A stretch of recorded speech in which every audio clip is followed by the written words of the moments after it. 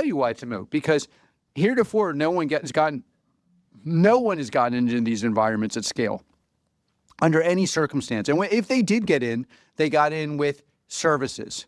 So now we have a single-purposed, highly formed stack of software that is exactly right for this moment, with a culture that's exactly right to implement it, which a culture that can teach people how to do this, that is now charismatic for some, it's anti-charismatic for others.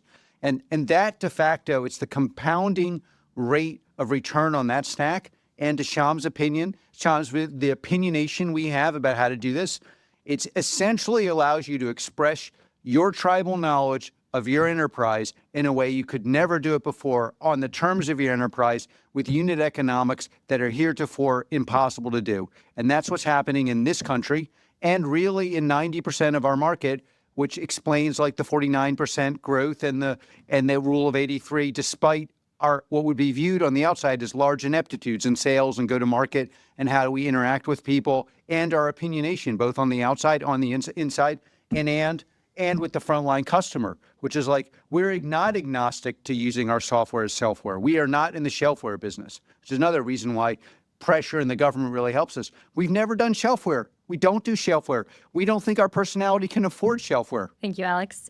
Our next question is from Mariana with Bank of America. Mariana, please turn on your camera, and then you'll receive a prompt to unmute your line. So I have two questions. First one is on the European defense buildup. You mentioned warp speed and how that has been successful here. Like, are you interested in applying that as these European countries build up their own defenses and catch up on industrial capabilities that have been underinvested for like many, many years? And the second one is, I think investors are pretty familiar with this like software versus services type of like Palantir approach, because you have been like actually leaders on that trend. But Titan is a great example on how like software actually played a role that was more intuitively hardware. Where else you actually have opportunities for software to add value there? Like, is it Golden Dome? Is space communications? Like, have you think about that? Yeah, on the first one, Alex may have more to say as well, but we would love to help Europe on the manufacturing challenges around rearmament, and I think there are a lot of them to do. The precondition for warp speed is understanding that the existing manufacturing stack is broken.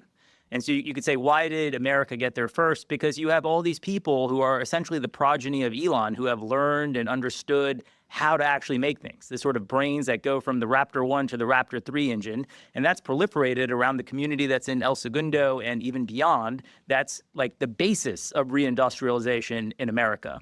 And so it's when we work with the new defense champions, new industrial champions, like it's a very short sales cycle, because they recognize like that what we're doing with warp speed is exactly what they need in order to do it. When you work with some of the older manufacturing customers, even in the US, it's heterogeneous. Some of them are already there, they get it, they realize it. Some of them are going to be there because it's just a reality. In Europe, there are some green shoots, like some very well-known manufacturing companies have kind of said like, oh, I now understand that my ERP thing doesn't work and warp speed, maybe we should get warp speed. So I just don't want to commit too much. I think a lot of it is where's the customer's head at, but we could obviously do a lot to help you. Look, Europe doesn't get AI yet. At some point in the future it will. And then, as you know, Europe is not Europe. You have Eastern Europe, you have Germany, France, you have they're very different Europes.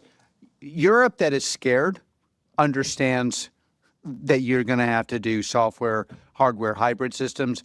And our products are very, very well known and differentiated.